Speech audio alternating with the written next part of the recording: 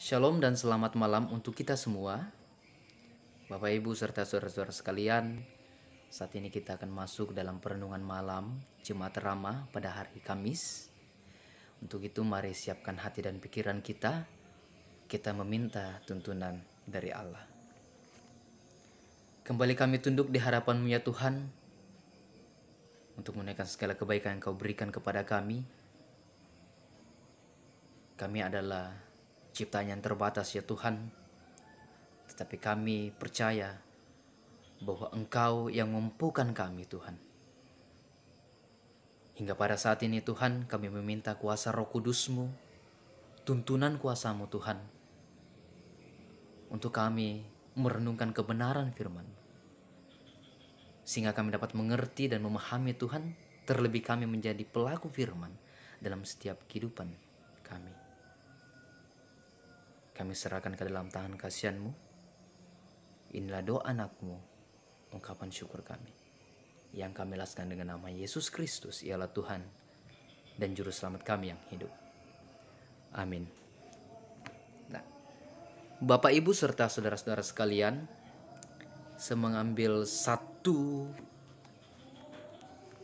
ayat Alkitab yang akan kita renungkan bersama, yang akan kita pelajari bersama-sama, yaitu dari 2 Korintus pasal 5 ayatnya yang ke-21. 2 Korintus pasal yang ke-5 ayatnya yang ke-21.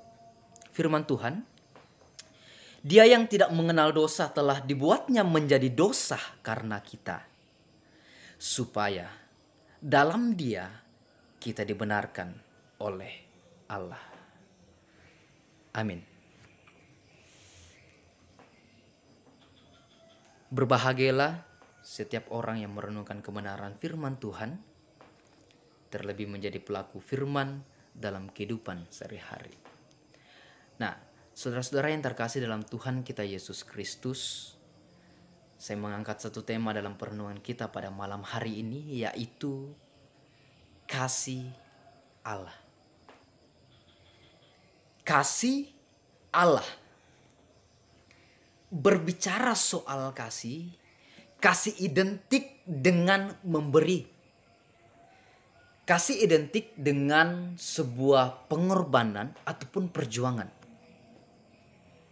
Misalnya ketika kita melihat seorang anak kecil, ia memiliki makanan ataupun kue, dan ia melihat temannya, dan ia memberikan makanan yang ia miliki, sebagai wujud kasihnya kepada temannya, sebagai wujud cintanya bahwa ia mengasihi temannya, sehingga ia memberikan beberapa kuenya kepadanya.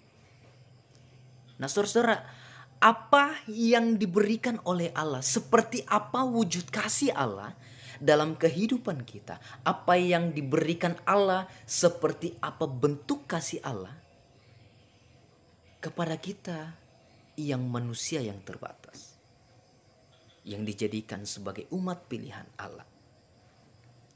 Nah saudara-saudara, kemarin baru saja kita memaknai Epifani, yaitu di mana makna Epifani ini berarti suatu peristiwa memperingati baptisan Yesus yang dilakukan oleh Yohanes Pembaptis di Sungai Yordan.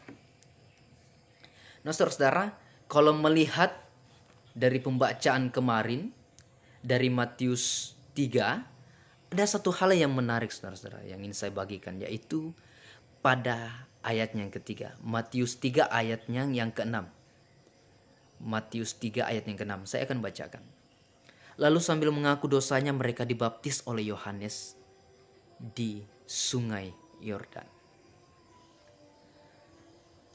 Saudara-saudara, apa yang terjadi? Kenapa Yesus itu dibaptis oleh Yohanes? Kalau kita melihat di Matius 3 ayat 6 yang tadi, kita melihat bahwa baptisan yang dilakukan oleh Yohanes ini adalah baptisan pertobatan. Mengapa Yesus memberi diri untuk dibaptis oleh Yohanes? Apakah Yesus bersalah? Apa kesalahan Yesus sehingga ia harus dibaptis? Di mana baptisan yang dilakukan oleh Yohanes adalah baptisan pertobatan. Ada satu hal yang ingin saya bagikan, saudara-saudara. Ketika saya merenungkan firman ini, saya mendapatkan satu hal, yaitu Allah rela, Yesus rela memberi dirinya untuk dibaptis oleh Yohanes. Di mana ia rela mengambil tempat sebagai orang berdosa untuk kita semua sebagai wujud kasihnya kepada kita. Makanya di 2 Korintus ayat yang kelima, 2 Korintus 5 ayat yang ke-21 mengatakan, dia yang tidak mengenal dosa dibuat berdosa karena kita. Tuhan Yesus dibaptis bukan sekedar peristiwa yang biasa saja, saudara-saudara. Bukan hanya sekedar peristiwa yang biasa saja, tetapi ia mengambil tempat yang seharusnya diri kita yang berdosa. Ia menjadikan dirinya berdosa karena kita. Saudara, saya terus bertanya-tanya. Mungkin kita bertanya-tanya, kenapa Tuhan masih memakai kita sampai saat ini?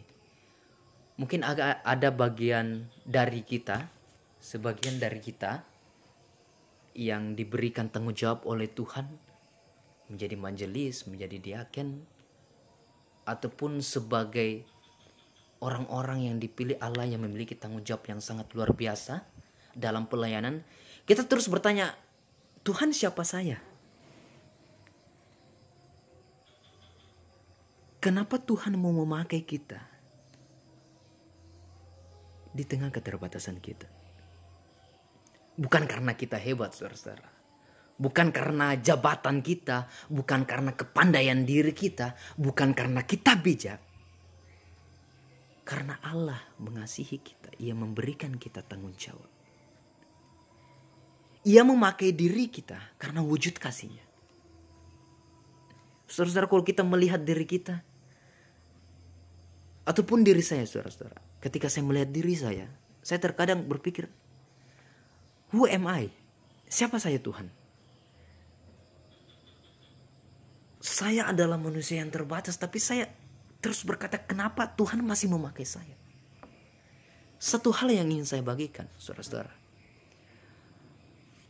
bahwa Tuhan tidak pernah berhenti untuk memberkati kita. Bahwa Tuhan tidak pernah berhenti dalam melindungi kita karena wujud kasih-Nya kepada kita.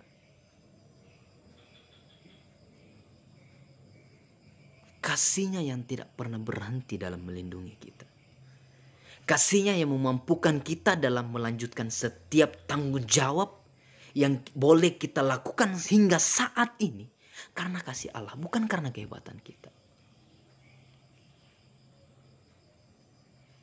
Ia datang ke dunia menjadi terang yang memberikan kita sebuah makna. Bahwa kasih-Nya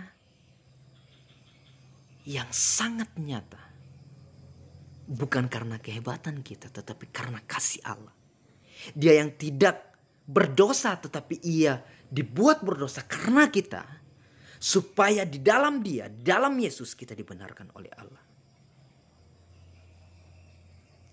Allah mengasihi kita dan melindungi kita, saudara-saudara.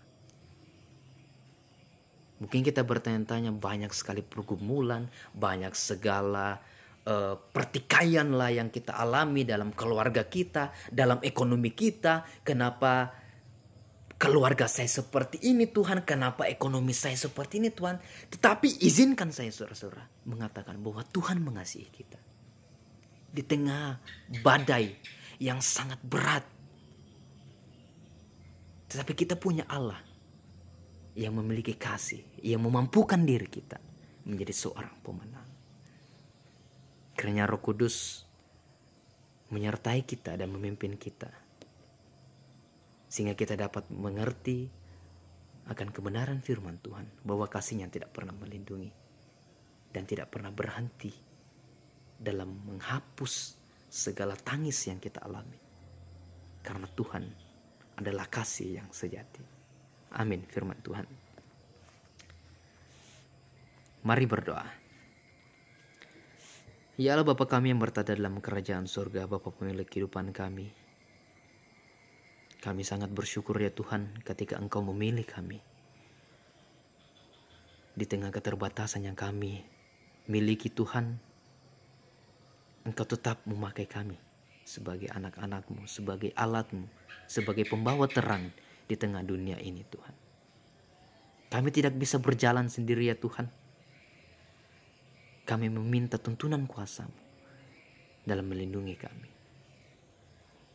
Berkati kami Tuhan, ada begitu banyak pergumulan yang kami alami Tuhan dalam keluarga kami, dalam pekerjaan kami, dalam tanggung jawab kami. Tetapi kami percaya ketika kami menyerahkan ke dalam tangan kasih, Engkau memampukan kami dalam hatinya. Karena kasih-Mu tidak pernah berhenti dalam melindungi kami Tuhan. Kasih-Mu nyata.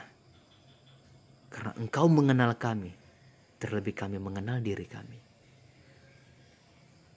Engkau memakai kami ya Tuhan. Terima kasih Tuhan. Kami menyerahkan kehidupan ini ke dalam tangan kasih-Mu. Karena Engkau terus memberkati kami Tuhan. Di tengah pandemi COVID ini, kami percaya bahwa Engkau hadir sebagai pemberi terang yang mampu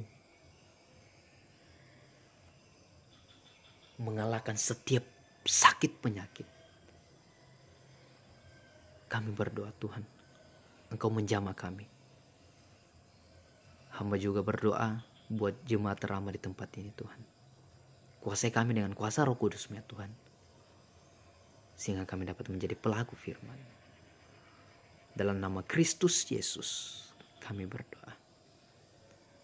Amin.